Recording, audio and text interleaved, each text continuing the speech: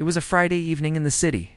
Golden light shimmered off the glass towers like molten honey, the streets humming with the rush of expensive cars and people dressed in tuxedos and glittering gowns heading toward the most exclusive event of the year, the Harrington Foundation Gala, a night where the city's wealthiest and most powerful gathered to sip champagne worth more than most people's rent and to parade their status like medals.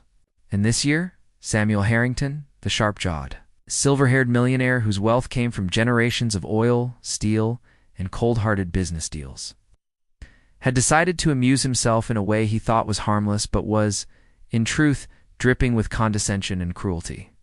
As the story went, in the days leading up to the gala, Samuel had been entertaining his friends with tales of people who don't belong in certain rooms, and with a smirk that carried the weight of inherited arrogance, he turned to one of his wealthy golfing buddies and said, "You know what would be hilarious?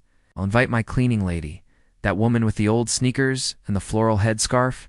Imagine her in the middle of our little soiree house." And they all laughed. The kind of laugh that's less about humor and more about the shared satisfaction of knowing they were on the inside looking out. Her name was Angela, 51 years old, a single mother of 2 grown sons, with skin the color of rich mahogany, eyes that seemed to carry both storms and sunlight, and a posture that, despite her modest job, carried dignity like it was stitched into her spine. She had been cleaning Samuel's penthouse twice a week for 3 years, never missing a day, never speaking out of turn, and never letting his occasional cold comments shake her sense of self, though deep down she knew exactly how he saw her.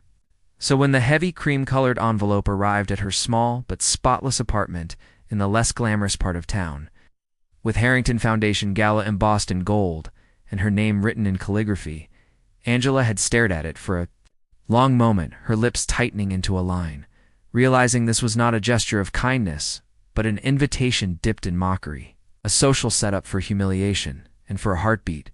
She considered throwing it away, but then a different thought bloomed in her chest, slow and deliberate, like the opening of a dangerous flower.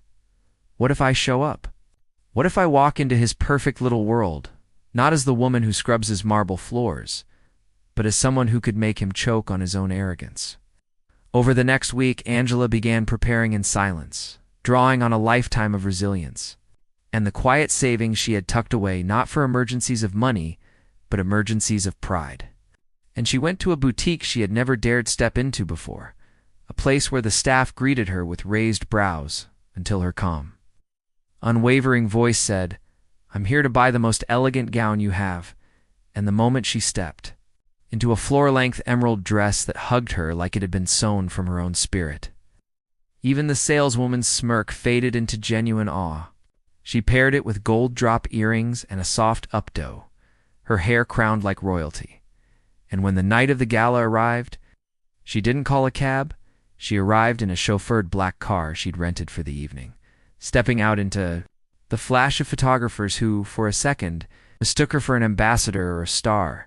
And when she entered the ballroom, the music seemed to hush just slightly, as if even the violins understood that someone had just walked in who shifted the temperature of the room.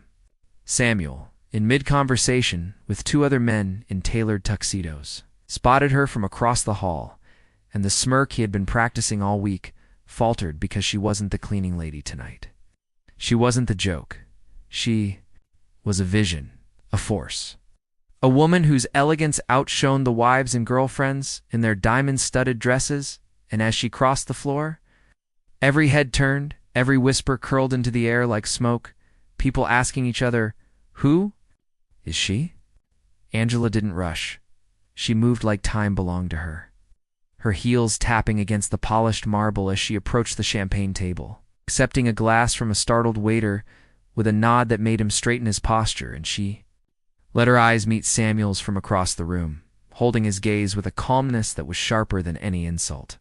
Within minutes, people were gravitating toward her, drawn by the way she spoke with intelligence, warmth, and humor, effortlessly engaging in conversations about art, history, and global issues, subjects she had quietly studied in her free time while the city slept, and it didn't take long before the mayor himself came over to ask her name. shaking her hand with genuine respect, while Samuel stood frozen in the corner. Realizing the narrative he had planned for the evening was slipping entirely out of his control, one of his wealthy acquaintances leaned over and whispered, "Why?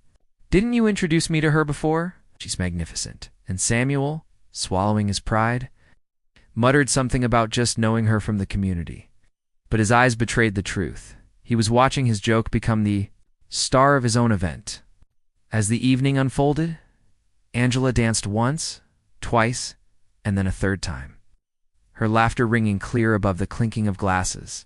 And when she finally approached Samuel, it wasn't to confront him, it was to thank him in the sweetest tone for inviting her, because it's been such a beautiful night. And everyone has been so kind, her words dripping with the kind of grace that cuts deeper than any public rebuke, leaving him nodding awkwardly, unable to muster a response that wouldn't make him sound small.